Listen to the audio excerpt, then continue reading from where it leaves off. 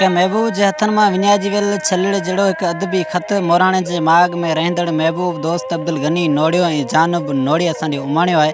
ख़त जी शुरूआत कंदासीं शाह अब्दुल लतीफ़ भिटाई जे हिन बैत सां। वेही तूं न विसार मतां तूं बि न वञे विसरी, ॾुखिया सुखिया ॾींहड़ा गुंदर अंदर घार उन्हनि जी लहसार जेके सारीन तोखे सिक मां।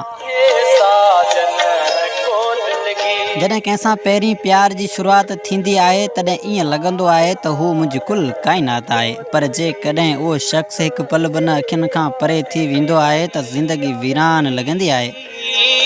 ज़िंदगी जूं हसीन बारूं ज़िंदगी जा हज़ारे पल उन माण्हू सां जुड़ी वेंदा आहिनि, पोइ भल उहो पंहिंजो हुजे या पराओ। अदा जावेद मोहबत में मज़हब या वरी कंहिं ज़ात जी ॻाल्हि नाहे हूंदी, पर मोहबत अक्सर उन्हनि सां थींदी आहे जेको नफ़रत कंदो आहे। ईअं ई असांजी मोहबत उन माण्हू सां थी वई जेको असांजे नाले खां नफ़रत कंदो आहे।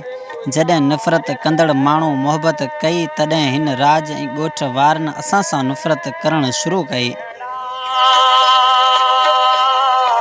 बसि हू मिलियो पोइ भली दुनिया वारा असां खां नफ़रत कनि, उन्हनि जी का परवाह नाहे।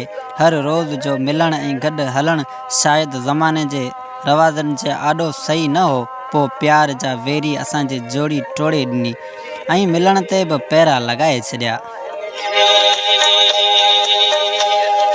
अदा जावेद जॾहिं को शिकारी शिकार ते वेंदो आहे त हू पंहिंजी ख़्वाहिश ख़ातिर शिकार कंदो आहे। जॾहिं कंहिं पखी ते नज़र पवंदी आहे त हू बंदूक जो धकु हणंदो आहे, पोइ धकु कुझु उन पखीअ खे चेरा लॻंदा आहिनि। हू पखी उॾामी वेंदो आहे, पोइ उन शिकारी खे इहा ख़बर नाहे त पखी मरी वियो या तड़पे थो या बची वियो। असांजी जोड़ी उन्हनि पखियुनि जियां हुई। उन्हनि ज़ालिमनि इंसाननि खे इहा ख़बर कोन्हे त असीं कीअं हिक ॿिए लाइ तड़पूं था।